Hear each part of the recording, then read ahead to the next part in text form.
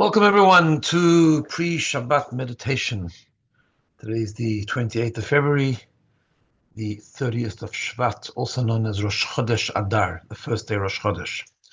So we're coming to a very special Shabbat after a rather sad week. This week, of course, the whole of Am Yisrael, all Jewish people, I think all over the world, fair to say, were very moved and touched and pained by the funeral of a mother and two young children, the Bibas family. And it's just really, there's no words to describe the tragedy and the sadness. We also know in the Jewish response, our response has to be, of course, one of feeling the pain, being very connected to it, but at the same time, not losing, not letting the situation get us down, but standing tall and proud as their souls would definitely want us to be, and being strong with our Judaism, with our pride, with our belief in Israel, and just standing tall as Jewish people, undefeated. And I think this is all very much connected to this coming Shabbat. This coming Shabbat is a really special Shabbat. In fact, if you go to the synagogue tomorrow, if you go to Shul, you will see something very unusual and rare tomorrow in Shul, where we take out 3 Torah scrolls. The reason we do that is because tomorrow is the regular Parsha, Parshat Trumah. We also have Rosh Chodesh, the first day of Adar, and every Rosh Chodesh we read an extra special piece. And around this time of the year, there are 4 special things that we do, 2 before Purim, 2 after Purim, known as the 4 portions, the 4 Parshiyot, the Dalet Parshiyos, and tomorrow is the first one, when we read about the mitzvah of the half a shekel. So let's just take this one by one and understand it. So tomorrow is Rosh Chodesh Adar. Rosh Chodesh Adar is the first day of the month of Adar, the month which contains Purim. But as we are taught in the Megillah, in the story of Esther, that when the decree of the evil Haman was taken away and the Jews were able to fight back and won, essentially, it says that we remember the festival of Purim, we observe Purim each year, we observe and remember the month, the HaChodesh, the month, Asher Nehepach Lahem, that was transformed from distress to joy, from sadness to happiness, and so on. In other words, the whole month thing, and indeed the Talmud tells us, Mishenichnas Adar, when Adar comes in, Marbim B'Simcha, we increase in joy, we connect to joy, we connect to happiness, we try to participate and experience pure joy and experiences of joy and so on. Now we know the concept of Simcha, of joy, is Simcha Poretz Geder. Simcha breaks all boundaries, joy breaks boundaries. So I can't think of anything more appropriate after a week like this. We are ready to draw down the joy. We believe and we trust and we really have faith in Hashem that things will turn around and that we will be able to have a real month of true Simcha. Adar Marbim B'Simcha. And of course, Shabbat is not just a Rosh Chodesh, but we know Shabbat is also a day that gives blessing to the week. So let's hope this Shabbat, being a Shabbat of Rosh Chodesh Adar, actually brings real blessing to the coming week, blessings of real joy and happiness and good news and strength for each other. We also mentioned this idea that we read about the half a shekel. Let me just give you the context. So the half a shekel was a yearly mitzvah in the time of the temple, where every year during the month of Adar they would give a half a shekel. Each person was like a tax on each family. We have half a shekel, and that money was used then to bring the korbanot, would bring the sacrifices. The very first time that God gave this mitzvah to Moshe Rabbeinu, he said that when you count the Jewish people, you should count them with a half a shekel. They shouldn't be, people not allowed to be counted. So we're going to count the coins instead. But he also said that this mitzvah of half a shekel was sort of an atonement for the golden calf. Now, a half a shekel is a type of currency. In other words, in the ancient times, shekel was a certain type of currency, and half a shekel is half a shekel. And yet, the Midrash says that Moshe Rabbeinu found this mitzvah very difficult. He couldn't understand what it means. What is a half a shekel? What does it do? What is it? And God, the Midrash says that God helped him, and he showed him a coin of fire. Matbeya shel eish, a coin of fire. And the commentators asked the question, what was bothering Moshe Rabbeinu? What didn't he understand? Now, there is a different instance where we find that Moshe Rabbeinu was was finding something very difficult, and Hashem helped him out, and that is this week's parasha with the building of the menorah, the candelabra. The candelabra, the very difficult and intricate design that was used in the temple, and Moshe Rabbeinu was told that they have to design in such a way where it comes from one solid piece of gold. So you've got to engrave and knock and sort of redesign and reshape the piece of gold until you come up with that perfect design, which is of course very, very difficult. And Hashem said, throw the gold into the fire, and out will come the menorah. That's understandable. When it comes to a currency issue, a half a shekel, what's so difficult to understand about the half a shekel? And what is answered by showing him the coin of fire. And there's many perspectives. Here's one beautiful perspective found in the commentary, and that is this following. That when you, the purpose of the half a shekel, which God said, everyone has to give half a shekel. No one can give more, no one can give less. The symbolism of the half a shekel was God showing us that alone we are incomplete. That we're only something whole when we connect with others, connect with another person, with other people.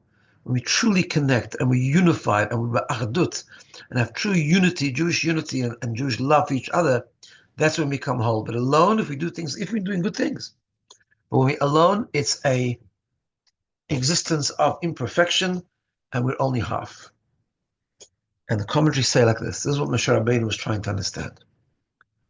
Moshe Rabbeinu was trying to understand, how can you be truly united with someone else? I know we talk about kindness and unity and love for a fellow Jew and so on. As the Torah says, love your fellow like yourself. But the truth is, do we really like others like ourselves? Do we really unite with others and become one with them? We might be kind, we might be empathetic, we might be compassionate, we might help and care for and so on, but people are different. We are different. We are conflict with each other. It's very difficult to demand and to expect this concept of oneness, real unity. If we think about what real unity is, it's actually quite a difficult thing to expect us to do. Said God, I'll show you. I'll show you the coin of fire. The fire is a symbolism of the Shekhinah, the divine presence. God is often compared to the idea of warmth and fire, fiery fire, right? God said, you know how you become one with another? It's true. People are different. People are very different. But when you subscribe, when you surrender, when you submit to a God, the Aish, the fire, the Shekhinah, the divine presence, when you, each of you, when you first submit, you have faith in Hashem, you subscribe to Hashem's values and the moral compass of the Torah. You live for a higher purpose as dictated and guided by God in His Torah. What that does is, it makes everyone have higher values, makes everyone surrendering and submitting to something far beyond them. We're all surrendering to the same thing, and that's how we bring oneness. Through cleaving and connecting to Hashem in the proper way, that's how we're able to connect and be truly united with someone else, because we really, in essence, are one. The Rav Shneur Zalman of Ladi, the Alter Rebbe, explains this in the book of Tanya, when in the famous chapter 32, when he asks, how can you truly love someone else? And he says, it depends what you're looking at. If your focus is on your body, your physicality, very difficult to truly love someone like yourself, because we're all different. However, if the focus is the soul, the neshama, and the neshama are intrinsically connected, because they're godly infusion. They're part of the one God, the God's reality. And therefore, if you give the neshama the focus and priority, that's how we become truly united with each other. Which is why, of course, the famous story in the Talmud, when the convert came to Hillel and said, convert me, but I want you to teach me the entire Torah on one foot. He answered, what you don't like done to yourself, don't do to others. In other words, love of a fellow.